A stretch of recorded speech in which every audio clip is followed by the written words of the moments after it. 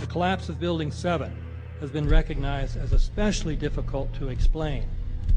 The 9/11 Commission report implicitly admitted that it could not explain the collapse of this building by not even mentioning it. President, why are you and the Vice President insisting on appearing together before the 9/11 Commission? Because the 9/11 Commission wants to ask us questions. That's why we're meeting, and I look forward to meeting with them and answering their questions. Why you're appearing together rather than separately, which was their request? Because it's a good chance for both of us to answer questions that the 9/11 Commission is looking forward to asking us, and I'm looking forward to answering them.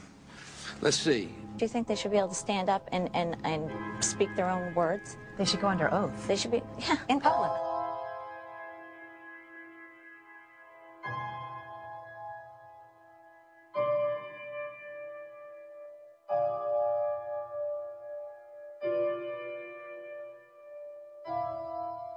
Don't you think that the families deserve to have a transcript or to be able to see what you Adam, said? you asked me that question yesterday. I got the same answer, yeah. The final report was a unanimous report. That means that if there was a single commissioner who had any objection about anything, that fact would be dropped from the report. We have found out that he not only served on the transition team of the Bush administration, that he was a person who wrote a draft memo for the setup of the Bush administration's National Security Council, that he was an individual who wrote the preemptive war strategy that was eventually used for the war in Iraq, that he is a close friend of Condoleezza Rice's. We want him to resign.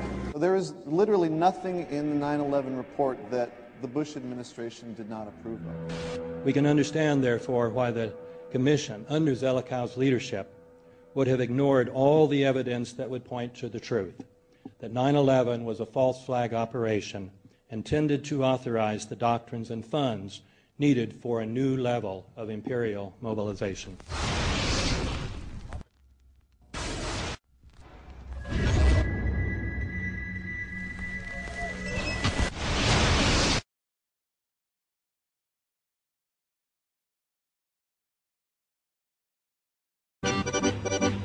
Armed with knives, armed with chemical, biological, nuclear weapons. Fanatics, terrorists, September 11th. September 11th, killers, September 11th. Terrorists, Al-Qaeda, terrorists, nuclear weapons, terrorists. 9/11, terror, terrorist, evil. September 11th, September 11th. The terrorists, war and danger. September 11th, terrorism, global terrorism, terrorism, terrorists. Terrorists, terrorists, terrorists, terrorists, the terror. Terrorists, terrorist, terrorism. September 11th, global terrorism, terrorists.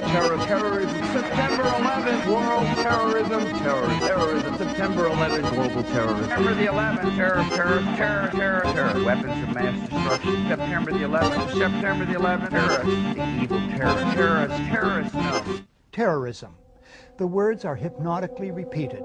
Terrorism, terrorist, terrorist threat, and of course, believed to be linked to Al-Qaeda. But it's the so-called war on terrorism that's in our faces practically 24/7 as the inescapable focus of our existence. One day, our grandchildren will look back on this time and ask, how was the war on terror won? The entire U.S. ruling class, ruling elite, comes to see terrorism as the preferred means, indeed the only means, to provide social cohesion, to provide an enemy image for the society to keep it together. According to neocon theory from Carl Schmitt, you have to have an enemy image in order to have a society. It's a very dangerous thing, because now it means that the entire social order, the political parties, intellectual life, politics in general, all based on a monstrous myth. Monstrous myth.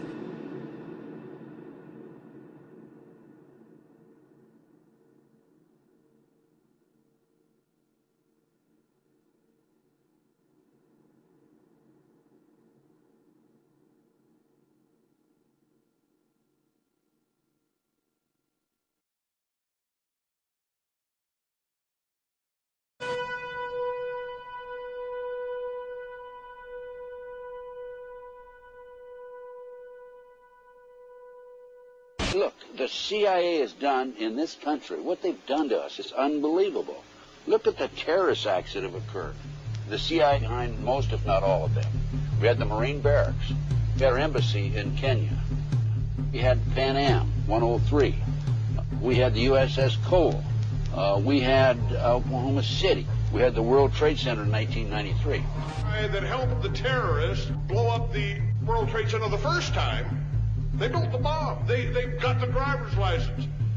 The informant, the FBI informant, a fellow named Salam, a 43-year-old former Egyptian army officer, he was given the assignment to put the bomb together. And he went to his supervisor, his FBI supervisor, and said, we're going to put a dummy bomb in here, right? And the FBI supervisor said, no, we're going to put a real bomb.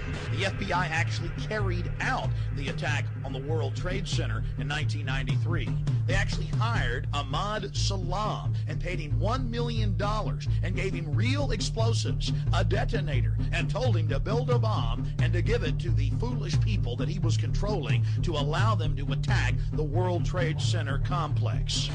Unfortunately for them, there were only 6 people killed, not enough to pass the legislation. So what happened is 2 years later, April 19, 1995, down comes Oklahoma City Murrah building, 168 people killed. 1 year later, the anti-terrorism legislation that takes away many of our constitutional rights and civil liberties is passed.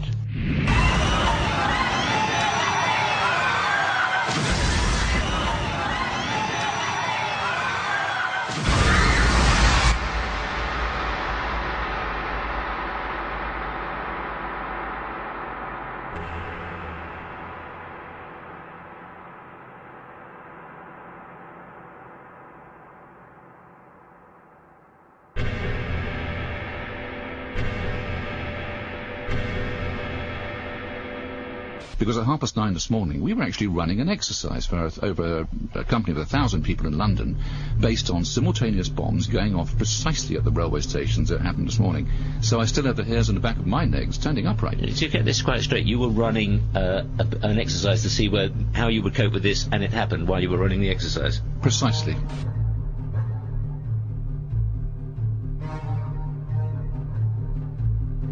Supposed to believe is some kind of coincidence, there was also an anti-terrorist drill going on 7/7. And again, just like 9/11, they were talking about attacks on the same targets, the same kind of tube stations, and exactly the same time as the actual attack happened, providing some kind of cover for what must be operations orchestrated in some way by the state.